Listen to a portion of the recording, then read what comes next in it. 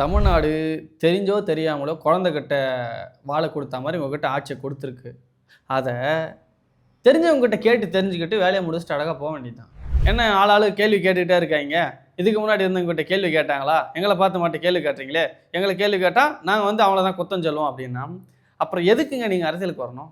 அதே மாதிரி போன பிப்ரவரி மாதமே ஐயா திரு ஸ்டாலின் அவர்கள் வந்து இருக்கிற நிலைமை சொல்லிட்டாரு. தமிழ்நாட்டோட கடன் அளவு வரைமுறைக்கு உட்படுத்தப்பட்ட அளவில் தான் இருக்குது. இந்தியா வந்து சென்ட்ரல் கவர்மெண்ட் கொடுத்துருக்கிற அந்த ஒரு வரையறைக்கப்பட்ட அளவுக்குள்ள தான் இருக்குது. 10 லட்சம் கோடி கடன் இருக்குதுன்னு சொல்லிட்டு தான் போனார். எதிர்கட்சியாக இருக்கக்கூடியவங்க கேள்வி கேட்டால் உங்களுக்கு என்ன கஷ்டம்? நீங்கள் தான் காரணம்னு சொல்லிட்டு இன்னைக்கு உங்களோட ஆட்சியில் 40 நாளில் எத்தனை கிரைம் நடந்திருக்கு, எத்தனை பாலியல் கொடுமை, எத்தனை போதைப் பொருள் வியாபாரம். இடிப்பாறை இல்லாத ஏமரா மன்னன் கெடுப்பாரெலானும் கெடும். அந்த திருக்குறள் ஐயன் வள்ளுவனோட திருக்குறளுக்கு ஏற்ப கேள்வி கேட்கறதுக்கும் ஆலோசனை வழங்குறதுக்கும் ஒரு ஆலோசகரோ எதிர்கட்சியாளரோ யாராச்சும் ஒருத்தர் இல்லைன்னா அந்த ஒரு ஆட்சியானது எதிரிகள் இல்லைன்னாலும் கெட்டுவிடும், குட்டிச்சவரா போயிடும் அப்படின்றது அர்த்தம். அதுக்கு வந்து மாண்புமிகு கல்வித்துறை அமைச்சர் என்ன சொல்றாருன்னா, சபாநாயகர் அவர்களே, இயக்குனர் அட்லி அவர்களுக்கும் நமது முதலமைச்சர் விஜய் அவர்களுக்கும் என்ன சம்பந்தம் இருக்கிறது இந்த சட்டசபையிலே அப்படின்னு கேட்டிருக்கிறாரு. அரசியல் அப்படின்றது ஒரு குறிப்பிட்ட ஒரு தலைவனுக்கோ ஒரு கட்சிக்கோ மட்டுமே நம்ம ஃபோக்கஸ் பண்ணி சப்போர்ட் பண்ணிட்டு இருக்கிறது. அது நம்ம ஒரு பற்று சார்ந்த விஷயம். ஒருவேளை ஊழல் நடந்திருக்குன்னு உங்களால் நிரூபிக்க முடிஞ்சா நீங்கள் தான் முதலமைச்சராச்சே, ஊழல் பண்ணியிருக்கான்னு கையங்கலமாக பிடிங்க, ஆதாரமாக பிடிங்க. ஒருவேளை சிஎம் ஸ்டாலின் சாரே ஊழல் பண்ணியிருந்தா அவருக்கு எதிராக ஆதாரத்தை கொண்டு வாங்க, தூக்கி உள்ளே போடுங்க, ஜெயிலில் போடுங்க. முடியுமா உங்களால்? எது நடந்தாலும் ஸ்டாலின் அங்கிள், சிஎம் சார், முதல்ல அக்யூஸ் பண்ணுறதை நிப்பாட்டுங்க. அக்யூஸ் பண்ணுறதை நிப்பாட்டிட்டு ஆட்சியை ஒழுங்காக நடத்துகிற வழியை பாருங்க.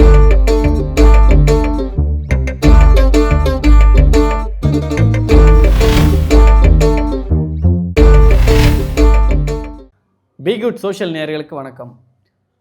இன்றைக்கி 2026 நம்ம தமிழ்நாட்டில் நடந்துட்டு இருக்கிற ஆட்சியை பற்றியும் அதிகாரத்தை பற்றியும் நிறைய விதமான விமர்சனங்கள் வந்து முன்வைக்கப்பட்டு இருக்குது. எதிர்கட்சி சார்பிலையும் சரி, மக்களோட பாயிண்ட் ஆஃப் வியூவிலும் சரி, இப்போ இருக்கிற ஆட்சியாளர் மீது நிறைய விதமான குறைபாடுகளையும் கேள்விகளையும் அடிக்கிட்டே வராங்க. என்ன பிரதர், நாங்கள் ஆட்சிக்கு வந்து 40 நாள் தானே ஆச்சு, எங்கள் தலைவர் தான் 6 மாதம் டைம் கேட்டிருக்கிறார்ல, 6 மாத காலம் எங்களுக்கு அவகாசம் கொடுங்க, நாங்கள் வந்து கொஞ்சம் கொஞ்சமாக நிதிநிலை மோசமாக இருக்குது, தமிழ்நாட்டோட தற்போதைய நிதிநிலை வந்து கொஞ்சம் மோசமாக இருக்குது, ஒரு 6 மாதம் கால டைம் கொடுத்தீங்கன்னா நாங்கள் கொஞ்சம் கொஞ்சமாக மேலே கொண்டு வந்துடுவோம் அப்படின்னு அவர் பேசியிருக்காரு. ஸோ எங்கள் தலைவர் கேட்டிருக்காருல்ல, என்ன ஆளாளு கேள்வி கேட்டுக்கிட்டே இருக்காங்க, இதுக்கு முன்னாடி இருந்தவங்ககிட்ட கேள்வி கேட்டாங்களா, எங்களை பார்த்து மட்டும் கேள்வி கேட்டீங்களே, எங்களை கேள்வி கேட்டால் நாங்கள் வந்து அவ்வளோதான் குத்தம் சொல்லுவோம் அப்படின்னா, அப்புறம் எதுக்குங்க நீங்கள் அரசியலுக்கு வரணும்? ஒத்துக்கிறோம், போன ஆட்சியில் தப்பு நடந்துச்சு, கேவலமான ஆட்சியை நடத்தினாங்கன்னு கூட வச்சுக்குவோம். உங்களோட பாயிண்ட் ஆஃப் வியூவில் ஒரு சப்போஸ் வந்து போன ஆட்சியில் அவங்க ஆட்சியை வந்து நடத்த தெரியல, ஊழல் அடித்தாங்க, கொல்லை பண்ணாங்க, சட்ட ஒழுங்கு சரியில்லை, கேவலமாக இருந்துச்சுன்னு வச்சுக்குவோம், ஓகேங்களா? அதை எல்லாத்தையும் நான் மாற்றுறேன், எல்லாத்தையும் திருத்துறேன் தானே நீங்கள் ஆட்சிக்கு வந்தீங்க. போன ஆட்சியில் கட்சி ஆரம்பித்ததுலேருந்து எலெக்ஷன் ஆரம்பிக்கிற வரைக்குமே வந்து கேள்வியை மட்டும்தானே கேட்டுக்கிட்டு இருந்தீங்க. அப்போது இந்த ஆட்சியை எதிர்த்து எதிர்கட்சியாக இருக்கக்கூடியவங்க கேள்வி கேட்டால் உங்களுக்கு என்ன கஷ்டம்? இதை விட நாகரிகமாக சொல்ல எனக்கு தெரியலை. உங்களை நான் கேள்வி கேட்குறோன்னா நீங்கள் அவங்கள கேட்க வேண்டியதுன்றது எந்த விதமான ஒரு நியாயமான ஒரு பதில். கேள்வி கேட்டால் பதிலை மட்டும்தான் சொல்லணும். அவங்கள வேண்டி கேட்க வேண்டியது தானே. அவங்க சொல்லலைங்க, கேள்வி கேட்கவும் விடலை, அவங்க கேள்விக்கு பதிலும் சொல்லலை அப்படின்னு வச்சுக்குவோம். போன ஆட்சி அவங்க சரியாக நடத்தலை, ரொம்ப வந்து ஒரு மக்களுக்கு போதுமான அளவுக்கு அவங்க ஆட்சியை கொடுக்கலன்னு வச்சுக்குவோம். மக்களுக்கு ஏற்கத்தக்க ஆட்சியை கொடுக்கல, மக்கள் வந்து ரொம்ப கஷ்டத்தில் இருக்கிறாங்க. அதாவது இந்த சினிமாலாம் இருக்கும், மக்கள் வந்து அப்படியே கஷ்டப்பட்டு இருப்பாங்க, அப்படியே ஒரு புரட்சியாளன் பிறந்து வருவான், வந்து மக்களை நல்வழிப்படுத்தி அப்படியே கொண்டு போவான். அதுக்கு இந்த எலெக்ஷனுக்கு முன்னாடி ரீல்ஸ்லாம் பார்த்தேன். அந்த என்ன படம், அது நம்ம செல்வராகவன் சார் டைரக்ட் பண்ணார் அந்த படம், 1000 வரும். அந்த படத்தில் நாமெல்லாம் சோழ தேசம் நோக்கி சென்று கொண்டிருக்கிறோம், ஒருத்தன் வருவான், மக்களை ஒன்று திரட்டுவான், எல்லாரையும் வந்து சந்தோஷமாக சோழ தேசத்தை கொண்டு போவான். அந்த டைலாக் எனக்கு சடனாக ஞாபகம் வரல. அந்த டைலாக் வச்சு இவருக்கு எடிட் பண்ணியிருந்தாங்க, மக்களை வந்து நல்வழிப்படுத்தி ஒரு தமிழ்நாட்டை வந்து புதுப்பிச்சு உலக லெவலில் அரங்கேற்ற போகிறாரு அப்படின்னு. வந்தீங்க, சந்தோஷம். நாட்டுக்கு நல்லது பண்ணணும்னு நான் வந்தாலும் சந்தோஷம், நீங்கள் வந்தாலும் சந்தோஷம், யார் வந்தாலும் சந்தோஷம். இந்த தமிழ்நாட்டில், இந்திய நாட்டில் பிறந்திருக்க ஒவ்வொரு குடிமகனுக்கும், இந்த ஜனநாயக நாட்டில் பிறந்திருக்கிற ஒவ்வொருத்தனுக்கும் அரசியல் பற்றி பேசவும், அரசியலை பற்றி கேள்வி கேட்கவும், அரசியல் கட்சி தொடங்குறதுக்கும், ஆட்சியில் ஆசைப்படுறதுக்கு உரிமை இருக்குது. எது நடந்தாலும் ஸ்டாலின் அங்கிள், சிஎம் சார், நீங்கள் தான் காரணம், நீங்கள் தான் காரணம்னு சொல்லிட்டு இன்னைக்கு உங்களோட ஆட்சியில் 40 நாளில் எத்தனை கிரைம் நடந்திருக்கு, எத்தனை பாலியல் கொடுமை, எத்தனை போதைப் பொருள் வியாபாரம், கொலை நடந்திருக்கு. அது எல்லாத்தையும் கேள்வி கேட்டால் எல்லாத்துக்கும் தனி மனித ஒழுக்கம் வேணும். போன ஆட்சியில் நடந்தவங்க கிட்ட தப்பு நடந்தால் எல்லாத்துக்கும் ஆட்சியாளர் தான் காரணம். உங்கள் ஆட்சியில் தப்பு நடந்தால் தனி மனித ஒழுக்கம் காரணம். அப்படியே நைஸாக எஸ்கேப் ஆயிடுறது. முதல்ல அக்யூஸ் பண்ணுறதை நிப்பாட்டுங்க. அக்யூஸ் பண்ணுறதை நிப்பாட்டிட்டு ஆட்சியை ஒழுங்காக நடத்துகிற வழியை பாருங்கள். இதுக்கப்புறம் ஆகிற வேலையை தானே பார்க்கணும். அதை விட்டு திருப்பி சிஎம் சார், ஸ்டாலின் அங்கிள், நீங்கள் தான் காரணம், மக்கள் ஓட விட்டாங்க, குளத்தூரில் சத்தம் கேட்குது. இன்னைக்கு பெரம்பூர் தொகுதியிலுக்கு தான் சத்தம் கேட்குது. மின்சாரம் விட்டு விட்டு வருது, மின்சார தடை ஏற்படுது, நாடு முழுக்க மின்சார தடை வருது. போன ஆட்சியில் மின்தடை இல்லையா அப்படின்னு கேட்டிங்கன்னா இருந்துச்சு. இருக்கும்போது ஏன் மின்தடை ஏற்பட்டுச்சுன்னு கேள்வி கேட்டோம். கரண்ட் கம்பெனியில் அணில் உட்காந்து கரண்ட் கட் ஆயிடுச்சு, காக்கா உட்காந்து கரண்ட் கட் ஆயிடுச்சின்னு பதில் சொன்னாங்க. அதுக்கு ட்ரோல் பண்ணீங்க. இன்றைக்கி உங்கள் ஆட்சியில் கரண்ட் கட்டாதுக்கு என்ன காரணங்க? உங்களுது நிறைய அணில் இருக்குல்ல, விடுங்க. சட்டமன்ற கூட்டத்தொடர் நடந்துச்சுல்ல, அது கிட்டத்தட்ட இப்போ 3-4 நாளாக நடந்துகிட்ருக்குது. முதல் நாள்லேருந்து இன்னைக்கு வரைக்கும் கேள்வி கேட்டுக்கிட்டே இருக்காங்க. டிஎம்கே சார்பில், எதிர்கட்சி சார்பில் இன்னும் இருக்கிற எல்லாரும் கேட்டுகிட்டே இருக்காங்க. அது மாதிரி பாலியல் குற்றங்கள் நடந்துகிட்ருக்குது, சட்டம் ஒழுங்கு சரியில்லை, கொலை நடக்குது, கஞ்சா கடத்தல் இருக்குது. ஸோ இந்த மாதிரி விஷயங்களுக்கு மக்கள் கதறிட்டு இருக்கிறாங்க. ஏன் சிஎம் வாயை திறக்க மாட்டான்னு கேள்வி கேட்டாங்க. அவங்க கேட்டதில் தப்பு இருக்குதா? இல்லை. அதுக்கு நீங்கள் எதனா பதில் சொல்லணும். அதை விட்டுவிட்டு இந்த தீனா படத்தில் ஒரு டைலாக் வரும் தெரியுமா, தலை இருக்கும்போது கால் ஆடக்கூடாது அப்படின்னு ஒரு டைலாக் பேசுவாங்க. அந்த மாதிரி கேட்டதற்கு யாரை கேட்குறாங்களோ அவங்க தானே பதில் சொல்லணும். அதை தவிர்த்து மற்றவங்கெல்லாம் பதில் சொல்லிட்டு இருக்கிறது எந்த விதத்தில் நியாயம்? அவர் கேட்டார், எதிர்க்கட்சி தலைவர் திரு உதயநிதி ஸ்டாலின் அவர்கள் கேட்டார், ஏன் சிஎம் சார் பதில் சொல்லுங்கள் சார், சிஎம் சார் வாய் தந்து பேச மாட்டீங்களான்னு கேட்டுக்கிட்டே இருந்தார். அப்பயும் பேசலை. 2ஆவது நாள் கேட்டாங்க, 3ஆவது நாள் கேட்டாங்க, அப்பயும் பேசலை.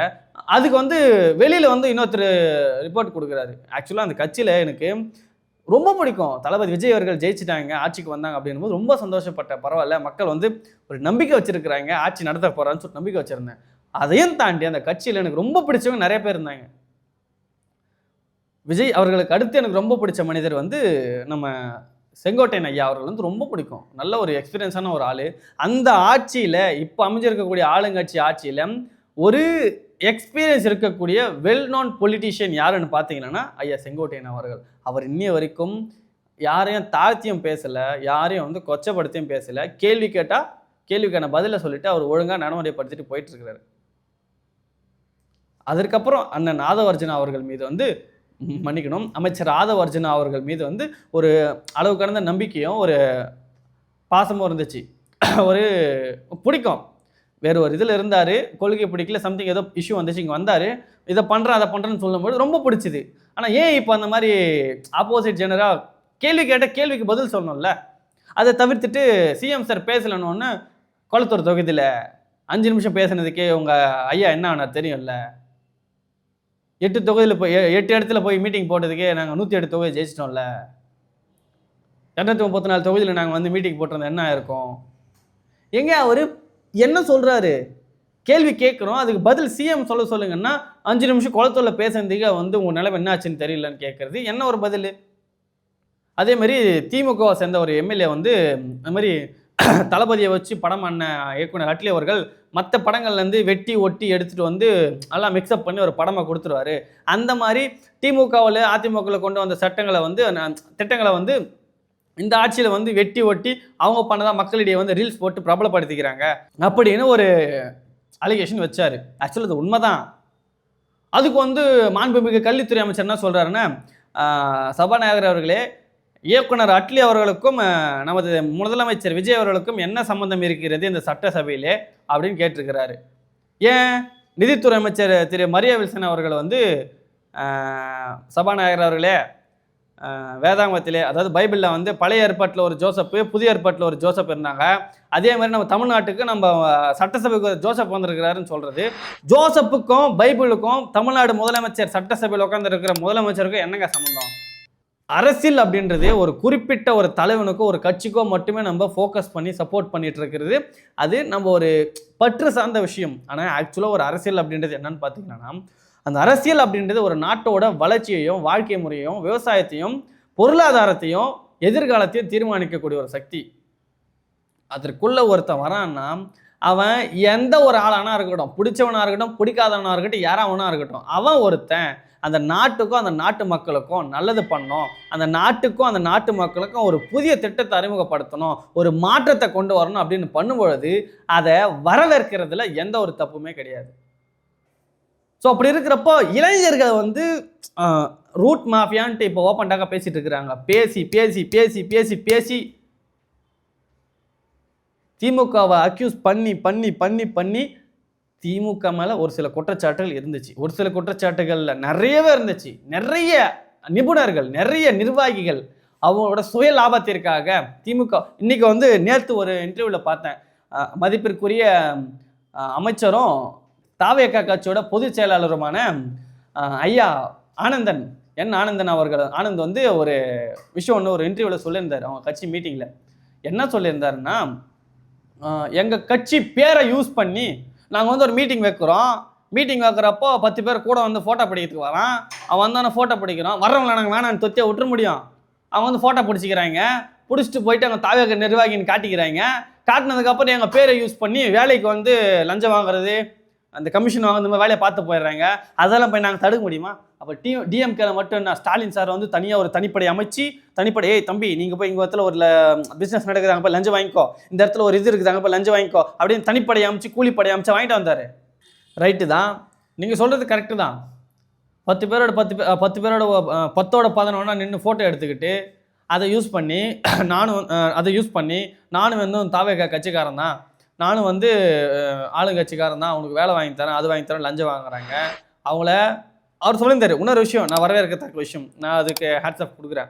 அந்த மாதிரி அவனா சொன்னான்னா அவனை பிடிச்சி கட்டி வைங்க, அவனை போய் போலீஸில் பிடிச்சி கொடுங்க, அவனை நாங்கள் ஆக்ஷன் எடுக்கிறோம் அப்படின்னு சொல்லியிருந்தாரு. நல்ல விஷயம்தான். அப்போ போன ஆட்சியில் இந்த மாதிரி ஆளுங்க தானே அந்த மாதிரி வேலையை பார்த்துருப்பாங்க. அதுக்கு முன்னாடி ஆட்சியில் இந்த மாதிரி ஆளுங்க தானே வேலையை பார்த்துருப்பாங்க. நடுவில் சுயநலத்திற்காக கீழ்த்தரமான சிந்தனைகளுடைய ஒரு சில நபர்களாலும், ஒரு சில அரசியல்வாதிகளானாலும், ஒரு சில அரசியல் அதிகாரிகள்னாலும் இந்த மாதிரி விஷயங்கள் நடக்குது. அதுக்கு ஒட்டுமொத்த பார்ட்டி தான் காரணம், ஒட்டுமொத்த ஆட்சியே காரணம் அப்படின்னு காரணம் காட்டிட்டு இருந்து, இப்போ உங்கள் ஆட்சியில் நடந்தால் மட்டும் இந்த மாதிரி கொஞ்சம் அப்படியே நைஸாக இந்த பக்கம் ஒரு அப்படியே நைஸாக வந்து எஸ்கேப் ஆயிடுது. இந்த திருவள்ளூர் பக்கத்தில் ஒரு ஃபேக்டரிக்குள்ளே ஒரு வாயு கசிஞ்சு தொழிலாளிகள் கிட்டத்தட்ட இப்போ எனக்கு கேள்விப்பட்ட வரைக்கும் ஒரு 9 பேர் கிட்ட இறந்து போயிட்டாங்க. வேற்று மாநில தொழிலாளர்கள். அவங்களுக்கு தமிழ்நாடு அரசு சார்பில் ஒரு ஆளுக்கு 2 லட்சம் சம்திங் கொடுக்கப்பட்டிருக்கு. ஓகேங்களா? இதுவே அந்த இடத்துல வேற ஒரு அரசு இருந்துச்சுன்னா அந்த இடத்துல என்ன பண்ணியிருப்பாங்கிறத யோசிச்சு பாருங்க. கள்ளச்சாராயம் குடிச்சு செத்து போயிட்டாங்க. அவங்களுக்கு தமிழ்நாடு அரசு சார்பில் ஒரு நிதி கொடுக்கப்பட்டது, அவங்களோட கட்சி சார்பில் ஒரு நிதி கொடுக்கப்பட்டது. ஏன் கரூரில் 41 பேர் வந்து உங்களை பார்க்க வந்து மீட்டிங்க்கு வந்து அங்கே ஒரு சில தெல்லுமுள்ளு அங்கே உண்மையிலே என்ன நடந்துச்சுன்றது சிபிஐ விசாரணைக்கு அப்புறம் ஒளிவு முறை இல்லாமல் தெரிஞ்சிடும். நம்ம யாரையும் வந்து ஸ்ட்ரைட் ஃபார்வர்டாக சொல்ல வேண்டியதில்லை. ஆனால் நீங்கள் வர்றீங்க அப்படின்றத பார்க்க வந்தக்கூடிய ஒரு 41 பேரை வந்து எதிர்பாராத ஒரு விபத்து காரணமாக இறந்து போயிட்டாங்க. அப்போ எதுக்கு நீங்கள் ஒரு குடும்பத்துக்கு 20 லட்ச ரூபா கொடுத்தீங்க கட்சி நிதியிலேருந்து? அன்றைக்கி நீங்கள் முதலமைச்சராக இருந்தீங்களா? கட்சி நிதியாக தானே கொடுத்தீங்க 20 லட்சம். ஏன் இன்னைக்கு கொடுக்க வேண்டியது தானே? இன்னைக்கு நீங்கள் கொடுத்துருக்கலாம்ல ஒரு 20 லட்சம் கட்சி நிதி. கட்சி 20 லட்சம் வேணாம், ஏதோ ஒன்று கொடுத்துருக்க, கட்சி நிதியாக தனியாக கொடுத்துருக்கலாம்ல. ஏன் இதோ தமிழ்நாட்டு மக்கள்கிட்ட காசு கொடுத்தா வந்து அதெல்லாம் ஓட்டாக மாறும், வேற்று மாநிலத்தவர்களுக்கு காசு கொடுத்த நம்மளுக்கு என்ன பிரயோஜனம் விட்டிங்களா? தமிழ்நாடு தெரிஞ்சோ தெரியாமலோ குழந்தைகிட்ட வாழை கொடுத்த மாதிரி உங்ககிட்ட ஆட்சியை கொடுத்துருக்கு. அதை தெரிஞ்சவங்ககிட்ட கேட்டு தெரிஞ்சுக்கிட்டு வேலையை முடிச்சுட்டு அழகாக போக வேண்டியதுதான். இடிப்பாறை இல்லாத ஏமரா மன்னன் கெடுப்பாறைலானும் கெடும். அந்த திருக்குறள், ஐயன் வள்ளுவனோட திருக்குறளுக்கு ஏற்ப கேள்வி கேட்கறதுக்கும் ஆலோசனை வழங்குறதுக்கும் ஒரு ஆலோசகரோ எதிர்கட்சியாளரோ யாராச்சும் ஒருத்தர் இல்லைன்னா அந்த ஒரு ஆட்சியானது எதிரிகள் இல்லைன்னாலும் கெட்டுவிடும், குட்டிச்சவரா போயிடும் அப்படின்றது அர்த்தம். கேள்வி கேட்குறாங்கன்னா அதோட ரிட்டென்ஷனையும் அட்டென்ஷனையும் கலைச்சி விடுறதுக்கு நிறைய பேர் வந்து திரைத்துறையிலையும் மற்ற துறையிலும் வந்து அப்படியே பேசி இன்ஸ்டாகிராம் யூடியூப்ல வந்து டைவர்ட் பண்ணி விட்டுட்டு இருக்காங்க. நேற்று ஒரு ஜென்சி மாநாடு டிஎம்கே மாநாட்டில் பேசின ஒரு பையனை வந்து என்ன நீ ஓவரா பண்ணோ நான் உதயநாத் தம்பினான்னு ஒரு பையன் பேசுகிறான். அந்த பையனை கூப்பிட்டு போய் அடிக்கிறேன் உதைக்கிறேன்னு அடித்து கத்தி எடுத்து அவனை வன்முறையை தாக்குற அளவுக்கு வந்திருக்கீங்க. அவன் பயந்து அடிச்சுட்டு வந்து ஹாஸ்பிட்டலில் வந்து ஒளிஞ்சிக்கிட்டு கொடுத்தா அவனை வந்து காமெடி பண்ணி கொச்சப்படுத்தி வீடியோ போட்டுட்ருக்கீங்க. முதல்ல போயிட்டு நீங்கள் திருந்துறீங்களோ இல்லையோ உங்களை நம்பி எத்தனை பேர் வந்திருக்காங்க அவங்கள வந்து திருத்துற வழியை பாருங்கள். அவங்களுக்கு வந்து ஒரு புத்திமொழி சொல்லுங்கள், தம்பி இந்த மாதிரிலாம் பண்ணாதீங்கடா, போய் பொழப்ப பாருங்கடா, பொண்டாட்டி பிள்ளைய பாருங்கடா. ஆட்சிக்கு எவன் வந்தாலும் உங்களுக்கு வந்து அட்வைஸ் பண்ண மட்டும்தான் முடியும், வாய்ப்பை ஏற்படுத்தி கொடுக்க முடியும். நீ போய் உழைச்சாதான், நீ வேலைக்கு போனாதான் உன் வாய்க்கு சோறு வரும். அண்ணன் தளபதி அந்த மாதிரி உட்காந்து நீ கை தட்டிக்கிட்டு இருந்தேன்னா ரீல்ஸ் போட்டுக்கிட்டு இருந்தேன்னா உனக்கு அம்மஞ்சலிக்கு பிரயோஜனம் இல்லை அப்படின்னு சொல்லி அவளை திருத்துற வழியை பாருங்க. நான் ஆட்சிக்கு வந்துட்டேன்னா மாதம் 2500 ரூபாய் மகளிர் உரிமை தொகை கொடுத்துட்றேன், சூப்பர் 6 வருஷத்துக்கு 6 சிலிண்டர் கொடுத்துட்றேன், அது போக வேலை இல்லாதவங்களுக்கு வந்து வேலை இல்லாத இளைஞர்களுக்கு வந்து 4000 ரூபாய் உதவித்தொகை கொடுத்துட்றேன் மாதத்துக்கு, வேலை இல்லாதவங்களுக்கு அரசாங்கம் வேலை வாங்குறதுக்கான வாய்ப்பு ஏற்படுத்தி கொடுக்குறேன், வீடு இல்லாதவங்களுக்கு வீடு கட்டுறதுக்கு வாய்ப்பு ஏற்படுத்தி கொடுத்துக்கிறேன், கார் இல்லாதவனுக்கு பைக் இல்லாதவனுக்கு அதை வாங்குற அளவுக்கு வசதி வாய்ப்பு ஏற்படுத்தி கொடுக்குறேன். எவ்வளோ சொன்னீங்க, சொல்லிவிட்டு பதிவேற்கிற அன்றைக்கி உட்காந்து அழுதுட்டு இருக்கீங்க. பயம், அந்த பயம் வந்து எனக்கு நிஜமாக பிடிச்சிருக்கு. மக்களுக்கு வாக்குறுதி கொடுத்துட்டோம், பண்ணலைன்னா கேள்வி கேட்பாங்கன்ற பயம். அதே மாதிரி போன பிப்ரவரி மாதமே ஐயா திரு ஸ்டாலின் அவர்கள் வந்து இருக்கிற நிலைமை சொல்லிட்டாரு, தமிழ்நாட்டோட கடன் அளவு வரைமுறைக்கு உட்படுத்தப்பட்ட அளவில் தான் இருக்குது. இந்தியா வந்து சென்ட்ரல் கவர்மெண்ட் கொடுத்துருக்கிற அந்த ஒரு வரையறைக்கப்பட்ட அளவுக்குள்ள தான் இருக்குது, 10 லட்சம் கோடி கடன் இருக்குதுன்னு சொல்லிட்டு தான் போனார். ஸோ அதே மாதிரி அந்த வெள்ளை அறிக்கையிலையும் இதற்கு முன்பு நடந்த ஆட்சியில் வந்து கொள்ளையடிக்கப்பட்டதற்கான ஊழல் நடந்ததற்கான எந்த ஒரு அறிகுறியும் இல்லைன்ற மாதிரி தானே நீங்களே வெள்ளை அறிக்கை விட்டுருக்கீங்க. ஒருவேளை போன ஆட்சியில் ஊழல் நடக்கலைன்னு நான் சொல்லவே இல்லையே, ஊழல் நடந்திருக்கலாம், நடந்திருக்கும், யாருக்கு தெரியும். ஒருவேளை ஊழல் நடந்திருக்குன்னு உங்களால் நிரூபிக்க முடிஞ்சா நீங்கள் தான் முதலமைச்சராச்சே, ஊழல் பண்ணியிருக்கேன்னு கையங்கலமாக பிடிங்க, ஆதாரமாக பிடிங்க. ஒருவேளை சிஎம் ஸ்டாலின் சாரே ஊழல் பண்ணியிருந்தா அவருக்கு எதிராக ஆதாரத்தை கொண்டு வாங்க, தூக்கி உள்ளே போடுங்க, ஜெயிலில் போடுங்க. முடியுமா அவங்களால? அவங்கள அப்படியே பிடிச்சி நோண்டிக்கிட்டே நீங்கள் தான் காரணம்னு சொல்லிவிட்டு நம்ம நல்லவனாக வந்து பிம்பத்தை காட்டிக்கலாம் அப்படின்னு நினைக்கக்கூடாது. ஆட்சி கொடுத்துருக்குறாங்க, மக்கள் வாய்ப்பு கொடுத்துருக்குறாங்க, வாய்ப்பை பயன்படுத்தி நாட்டுக்கும் மக்களுக்கும் நம்பிக்கையாக உங்களுக்கு வாக்களித்திருக்கக்கூடிய உங்கள் மக்களுக்கு நான் வந்து திரைத்துறையிலேருந்து வந்தேன், திரைக்கவர்ச்சியிலேருந்து வந்தேன்னு சொல்கிறாங்க, எனக்கு திரைக்கவர்ச்சியெல்லாம் வேண்டாம், நான் சினிமாவை விட்டுட்டு மக்களுக்கு ஒன்று பண்ணணும், என்னுடைய வருமானத்தை விட்டுட்டு கோடி ரூபாய் வருமானத்தை விட்டுட்டு நான் மக்களுக்கு ஒன்று பண்ணணும்னு வந்திருக்கிறேன், எதிர்கட்சி தலைவர் சினிமாலேருந்து வந்தேன், கவர்ச்சியிலேருந்து வந்தேன், திரைக்கவர்ச்சியிலேருந்து வந்தேன்னு சொல்கிறாங்க. வாயில் எதுனா என்ன வந்துடுங்க. ஸோ உங்களை எதிர்த்து இந்த டிஎம்கே ஜென்சி டிஎம்கேன்னு ஒரு சில மீட்டிங் நடந்துச்சு, அதில் பேசியிருக்கக்கூடிய ஒரு பையனை வந்து தாக்கியிருக்காங்க. அவன் ஹாஸ்பிட்டலில் போய் படுத்துருக்கான். அதை பார்த்துட்டு வந்து பிஃபோர் ஆஃப்டர்னு வீடியோ போட்டு சிரிச்சுக்கிட்டு இருக்கீங்க, அது தற்கூறிங்க. இவர் போயிட்டு எங்கப்பா உங்கள் அப்பா இங்கேருந்தா இருந்தார் காணமே, அவரை பார்த்தா ஒன்று பண்ணலான்னு ஆசைப்பட்டேன், அப்புறம் சபாநாயகர் இப்போ கூட பண்ணலாம் அப்படின்றாரு. இவர் வந்து இப்படின்றாரு. அதுக்கு அவர் என்ன பதில் எதிர் வச்சாரு, நீங்கள் இங்கே இருக்கிறீங்க, செங்கல்பட்டு நீதிமன்றத்தில் அவங்க மனைவி வந்து உட்காந்துட்டு இருக்கிறாங்க, அந்த கதையெல்லாம் தமிழ்நாட்டுக்கே தெரியும், இங்கே வந்து குட்டி கதை சொல்லாதீங்கன்னு சொல்லிட்டாரு. அசிங்கம் தானே அது, அவமானம் தானே அது. ஸோ இனி வரும் காலங்களில் நான் ஆக்சுவலாக சொல்கிறது இதுதான், நான் யாருக்கு ஃபேவராகவும் பேசலை, யாரை வந்து தாழ்த்தியும் பேசலை. தப்பு யார் பண்ணாலும் தப்பு தான், தப்பை வந்து தட்டி கேட்குறது ஒரு காமன் மேனோட உரிமை.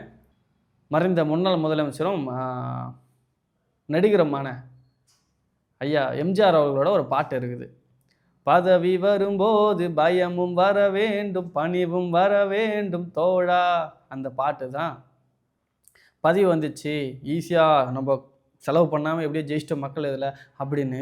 நீங்கள் இருக்கிறீங்களா இல்லையான்னு தெரியல, உங்களுக்கு கீழே இருக்கக்கூடிய சட்டமன்ற உறுப்பினர்கள் சில பேர் இருக்காங்க, யாரோ ஒருத்தர் ஸ்கூலில் போயிட்டு வாடி வாடி வாடி கைப்படாத லேடி அப்படின்னு பாட்டு போட்டு டான்ஸ் ஆடியிருக்காரு. இன்னொரு உங்கள் கட்சி உறுப்பினர் ஒருத்தர் வந்து பெண்களை வந்து அடிமைப்படுத்தி பாலியல் தொழில் பண்ணியிருக்காரு. இன்னொரு உங்கள் கட்சி நிர்வாகி ஒருத்தர் ஒரு சின்ன குழந்தைய ரேப் பண்ணியிருக்காரு, அக்யூஸ் பண்ணியிருக்காரு. இல்லை அது ஒருத்தர் 2 பேர் பண்ணுற தப்புக்கு வந்து நாங்கள் பொறுப்பா? அதே மாதிரி தான் போன ஆட்சியில் இருந்திருக்கோம், அதுக்கு முன்னாடி ஆட்சியில் இருந்திருக்கோம்.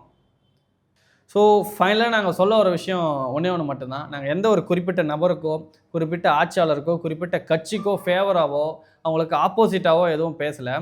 ஒரு voice of a common man அப்படின்ற மாதிரி மக்கள் உங்ககிட்ட இருந்து என்ன எதிர்பார்க்குறாங்க, உங்கள் மேலே வைக்கப்பட்டுள்ள குற்றச்சாட்டுகள், நடைமுறைகள் என்னென்ன அப்படின்றத பற்றி தான் இந்த வீடியோவில் சொல்லியிருக்கிறோம். ஸோ இதுக்கப்புறம் எல்லாத்தையும் ஷவுட் அவுட் பண்ணிவிட்டு ஒரு நல்ல ஒரு ஆட்சி கொடுத்தீங்களன்னா 5 வருஷத்தோட முடிவில் 2031 மக்கள் இதே மாதிரி ஒரு நல்ல ஒரு முடிவை கொடுப்பாங்க. மக்கள் மறுபடியும் உங்களை தேர்ந்தெடுக்கிறதுக்கான வாய்ப்புகள் நிறையவே இருக்குது. என்ன நடக்குதுன்னு வெயிட் பண்ணி பார்ப்போம். ஸோ அதே மாதிரி நீங்கள் இப்போ தான் நம்மளோட பி குட் சோஷியல் சேனலுக்கு முதல் முறையாக வரீங்க, இந்த ஒரு வீடியோவை முதல் முறையாக பார்க்குறீங்க அப்படின்னா மறக்காமல் நம்மளோட பி குட் சோஷியல் யூடியூப் சேனலை சப்ஸ்கிரைப் பண்ணிக்கோங்க. இதுக்கப்புறம் இதே மாதிரியான சோஷியல் மற்றும் சமூக விழிப்புணர்வோட அரசியல் சார்ந்த கருத்துக்களையும் பதிவுகளையும் வீடியோக்களையும் நம்ம பார்க்கலாம். ஸோ மறக்காமல் நம்மளோட சேனலை சப்ஸ்கிரைப் பண்ணிக்கோங்க. நன்றி.